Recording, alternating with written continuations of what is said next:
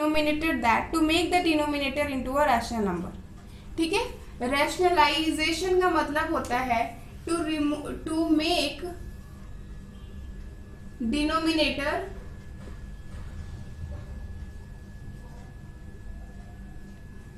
और rational number. ठीक है, yes ma'am.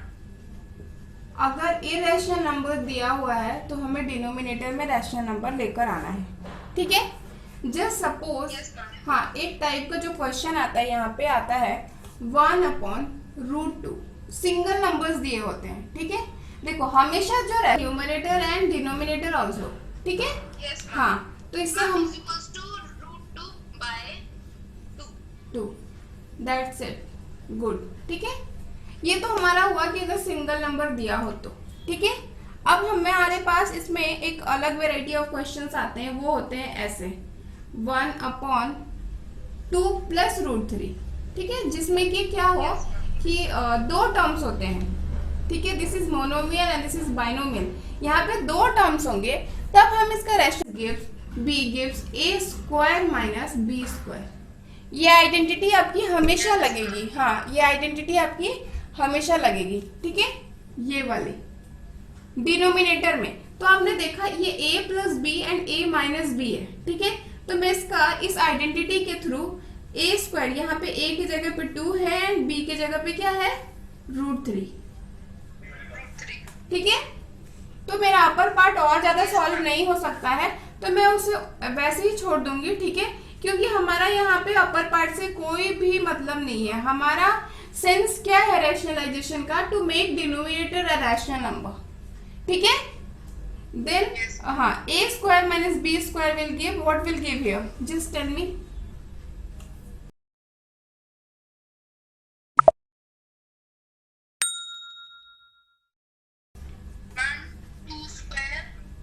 What will be the answer? 2²? 4 Yes. -3। Yeah, good. ठीक है, तो next step is 2 - √3। 4 - 3 is 1, that is 2 - 3 √3 is the answer. है ना? We need not to write 1 in the denominator, that is understood. So 2 - √3 is the answer. ठीक है, देखो these are the two varieties of question. ठीक है, and third variety हमारे पास एक और आता है, क्या आता है वो देखते हैं। ठीक है, टाइप ऑफ जो क्वेश्चन होगा हमारे पास, यहाँ पे न्यूमरेटर में भी एक नंबर होगा एंड डिनोमिनेटर में जैसे हमने सेकंड क्वेश्चन में करा था वैसे ही यहाँ पे भी एक नंबर होगा। ठीक है, आप इसे आप सॉल्व कर सकते हो। Yes ma'am. मैम इनटू हम्म, √3 + √5। हाँ,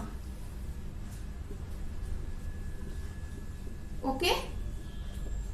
यस मैम। हाँ, हमेशा इनको ब्रैकेट में। पर हाँ, मैम अब ऊपर 5 ma'am 5√3 hmm 5√3 hmm, plus 5√5 very good. And ma'am नीचे मैम 3 - 5। हाँ, √3² - √5²। हाँ, यस मैम। ठीक है, तो ऊपर इज 5√3 + 5√5 बाय 3 - 5। ओके, तो ये जो आंसर आ जाएगा हमारा आ जाएगा कि 5√3 + 5√5 upon -2। Yes ma'am. Okay, this is the answer only. ठीक है, वेराइटी ऑफ क्वेश्चन होगा वो कुछ ऐसा होगा, बस यही हमारा पूरा लॉजिक चलता रहेगा रैशनलाइजेशन में। ठीक है, इसी में वो डेटा चेंज करेंगे आपको, जैसे 7+ ये थोड़ा सा ऐसा रख दिया, तो क्या करोगे। हाँ, आपको एग्जाम में जो पेपर सॉल्व करना है इस स्टेप के बाद आपको लिखना है। ठीक है, मल्टीप्लाइंग न्यूमरेटर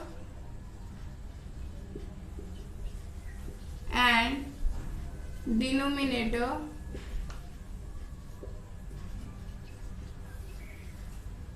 बाय 7 माइनस 3√2। ठीक है, यस हाँ ऐसा लिखना है पहले एंड देन आप, हाँ हाँ ये चीज पहले लिखनी है तब आपको करना है। ठीक है, हाँ आप लिखोगे 7 plus 3√2 into 7 minus 3√2 by 7 minus 3√2। Yes ma'am. ठीक है, तो ऊपर तो 1 के साथ मल्टीप्लाई होके 7 माइनस 3√2 आ गया and in the denominator this is a plus B and a minus B is 7 square minus 3√2 square. Yes तो आप बताओ डिनोमिनेटर में अब क्या आएगा मेरे पास?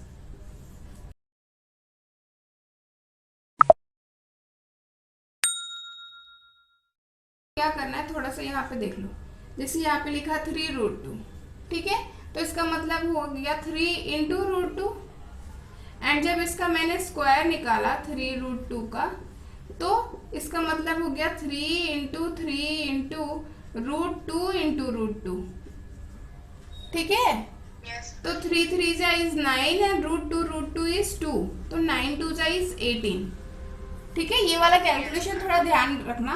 ठीक है, तो यहाँ पे हो गया हमारा 18, तो हमारा आंसर कितना आ गया फाइनल? मैम हमारा आंसर आया 7 माइनस 3√2 अपॉन 31, यस मैम। है ना? Yes ma'am. या 31, दैट्स इट। ठीक है, एंड इसको प्लस या माइनस करोगे अगर आप इरेशनल के साथ। ठीक है, सम और difference of rational number and irrational number is irrational, तो इसका जो आंसर आएगा ना हमेशा इरेशनल आएगा। ठीक है, okay. Yes ma'am. And the product और quotient of a non zero rational number with irrational number is irrational. Again अगर आप रैशनल नंबर के साथ किसी नंबर को मल्टीप्लाई या डिवाइड करते हो, रैशनल को इरेशनल के साथ, रैशनल को इरेशनल के साथ मल्टीप्लाई या डिवाइड करते हो तो आपका आंसर इरेशनल आएगा। ठीक है, यस मैम। हाँ लेकिन हाँ यस मैम। लेकिन अगर आप इरेशनल का प्लस माइनस मल्टीप्लिकेशन या डिवीजन इरेशनल के साथ करते हो तो उसका आंसर इरेशनल भी आ सकता है और रैशनल भी, डिपेंड अपॉन द नंबर। ठीक है, हम अपना कैलकुलेशन करके चेक करेंगे कि वो रैशनल आ रहा है या इरेशनल आ रहा है। यही पॉइंट्स हमें यहाँ पे 3 पॉइंट्स लिखी हुई हैं। अंडरस्टूड? Okay, yes ma'am. इसी बेसिस पे आप एक्सरसाइज 1.5 का क्वेश्चन नंबर 1 कर सकते हो इजीली। देखो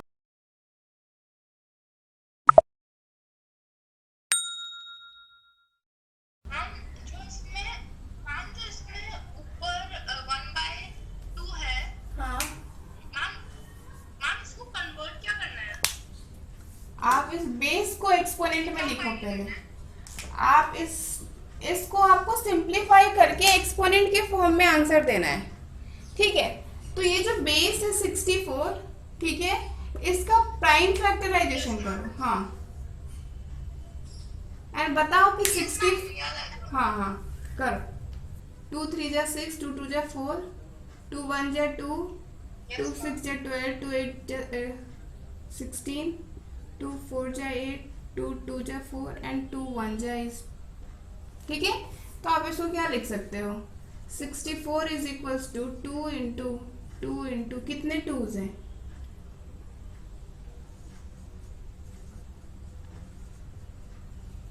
यानी कि 2 टू द पावर 6 है ना? Yes ma'am. तो आप यहाँ पे 64 की जगह पे क्या लिख सकते हो? 2 to the power 6 to the power 1/2। Yes ma'am. 64 को मैंने 2 टू द पावर 6 से रिप्लेस कर दिया प्राइम फैक्टराइजेशन करके। ठीक है, एंड आपको पता है कि जब पावर के भी पावर हो तो पावर्स आपस में क्या हो जाते हैं? Ma'am multiply. ओके, तो मैं ऐसे लिख दूंगी 2 to the power 6 multiplied by 1/2 and this will give 2 1 जा 2, 2 3 जा 6, तो यानी कि 2 टू द पावर 3 है ना, and 2 to the power ma'am 3। ये याद आ गया मेरे को। हाँ, इसको आप सॉल्व कर दो। 2 इंटू 2 इंटू 2, मैम मैं कर लेती हूँ यार। हाँ 8।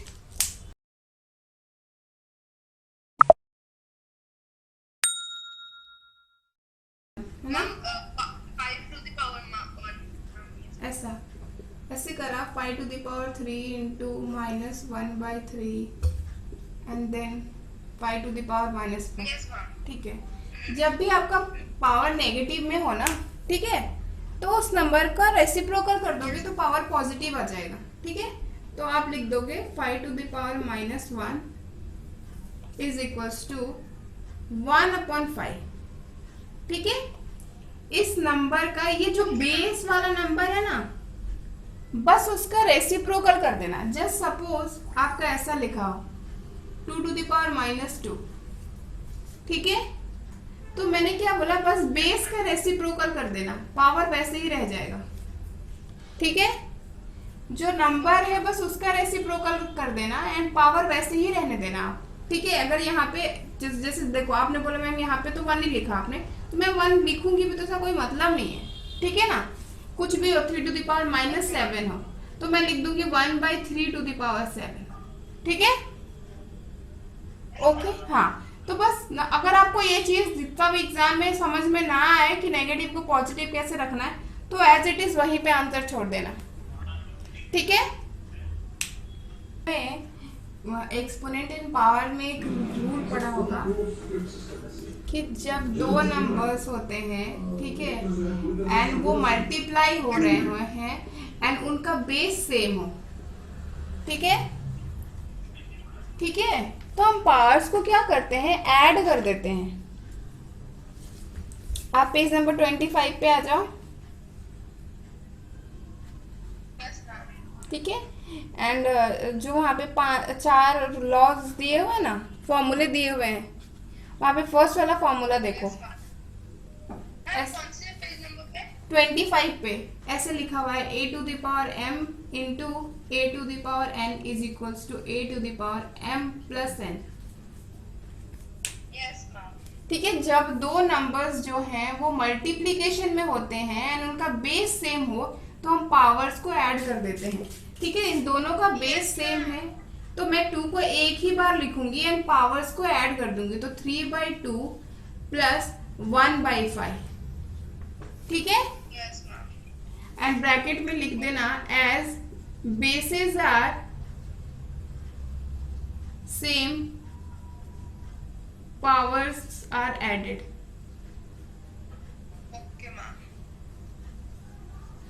ओके, तो हमने क्या, आप सोचो कि अब आपके पास 2 तो बेस में रहेगा ही रहेगा एंड अब आपको इसको सॉल्व करने के लिए क्या करना है, इसको सॉल्व करने के बारे में सोचना है। मैम इसके नीचे के डिनोमिनेटर, मैम इसके जो डिनोमिनेटर है उनको इक्वल कर दो। हाँ, तो अब आप इस फ्रैक्शन का एडिशन करके मुझे बताओ कि यहाँ पे क्या आएगा आंसर, इसका एडिशन करके। Okay ma'am. Okay ma'am.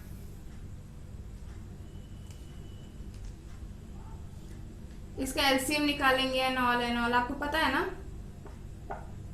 Yes ma'am. ठीक, मैम 2 पावर, हाँ या मैम 2 पावर हाँ 17/10।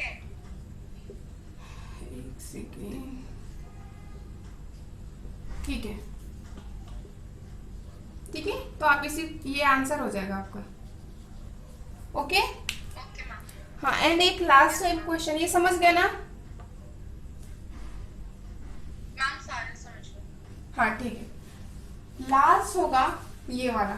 ठीक है, ऐसा होगा क्वेश्चन। इसको माइनस करना होगा। हाँ हाँ, यहाँ पे बेसिस आप मैम 11 आएगा, उसके बाद मैम माइनस। हाँ, as basis are same powers are subtracted.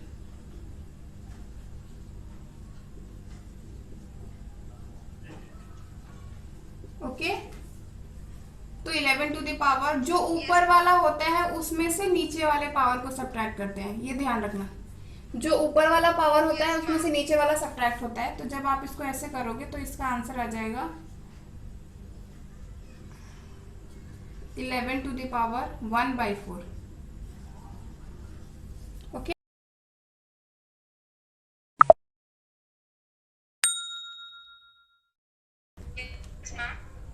देखो ये अंदर एक नंबर है and इन दोनों का पावर 7 है, तो हम जब ब्रैकेट ओपन करेंगे ना तो दोनों को इनका पावर दे देंगे। Yes, ma'am. 3 into 7. तो ये हो जाएगा 1/3 टू द पावर 7 3 जा